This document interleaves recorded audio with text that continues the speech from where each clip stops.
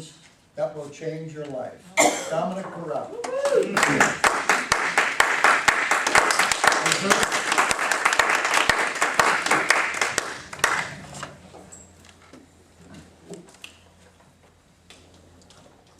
Mr. Toastmaster, fellow Toastmasters, honored guests, welcome. How many of you have a cell phone? Pager? You might have a pager, Joe? Might have, okay. Email? Voicemail? Instant messaging? How about an open door at your office? No? Work at home? Dog? Cat? People are not welcome. People are not welcome? Dogs and cats are not welcome. All right, good. I don't know if you believe it or not. I don't know if you believe in ADD, right? Some people do, some people don't. I'm not here to argue that. But I do know this. We all live in an ADD world. We're always dealing with distractions. Would you agree with that? Oh, yeah. So I decided to look up the definition of distraction. A thing that prevents someone, namely you, from giving full attention to something else. That's a pretty common definition of distraction. Would you agree with that? Something, a thing, like this thing, or that thing, or that thing, or that hat, or that mustache. Here's another one. Here's the one I want to talk about. Definition number 2. Extreme agitation of the mind or emotions. Extreme agitation of the mind or emotions. That's a distraction. What do you think about the people in your life? Think about the situations in your life. Think about the things in your life that stop you from taking action. Is it a thing? Does it cause distress? I'll put it easy. The people that piss you off the most, do they make you want to leap into the team and work with them? Or do they stop you? See, those are the things that are distractions. It's not the little things. We deal with interruptions all the time. As a matter of fact, if you study productivity at all, or if you've ever been an executive or worked with executives, you deal with interruptions probably so much you don't even know you're dealing with interruptions. Phone rings, an email comes through, whatever. You just stop what you're doing, do the next thing, and go what? Back to what you were doing. How do you deal with distractions?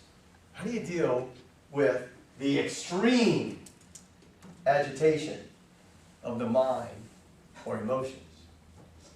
Extreme. I don't have that problem. You know, I kick their ass out. you just kick your ass. There you go. Here's what I've discovered. So as an ADD guy, in dealing with distractions, one of the characteristics of ADD is I can't stop things from distracting me. You know how people say they just, I got to put my head down and just got to work. Well, there's always something distracting me.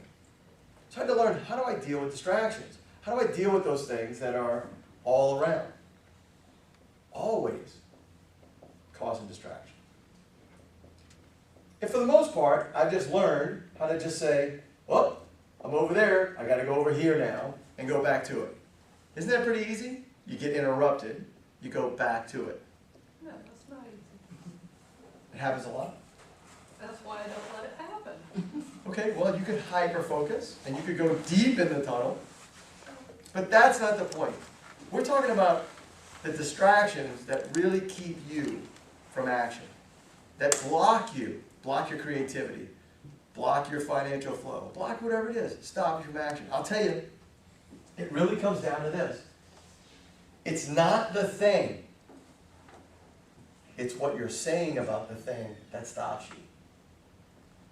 It's not the thing. You know that person, place, or thing? It's not that. It's what you're saying about it that stops you, that agitates, that creates, that gyrates those emotions in your mind and your body.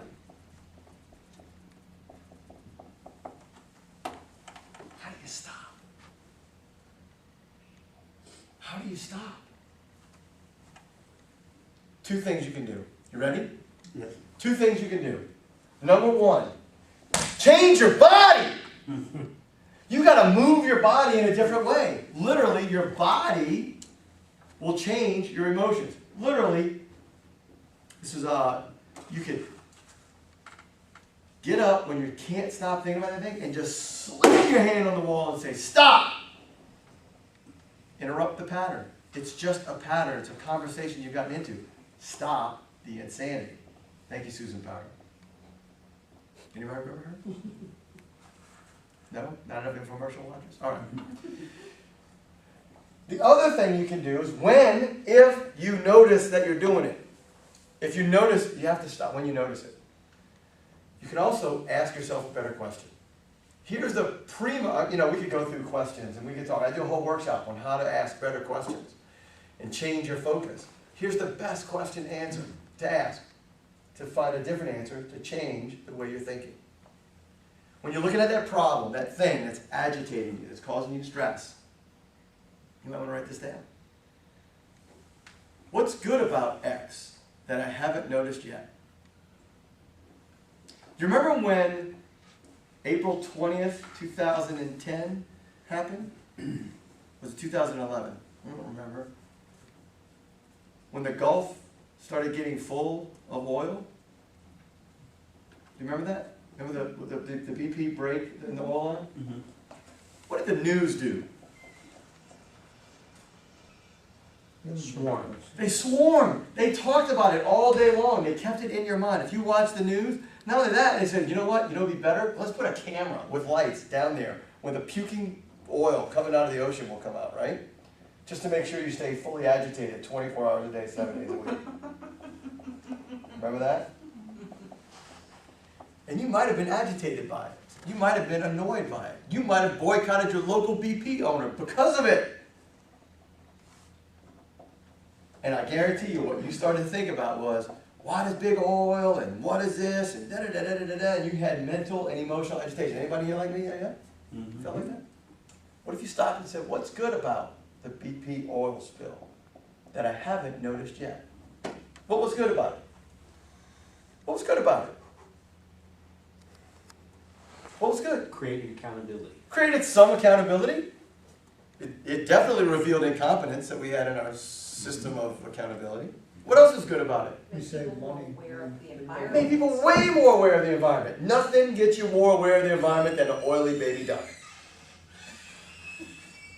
Or lack of oysters in Louisiana, which we don't know.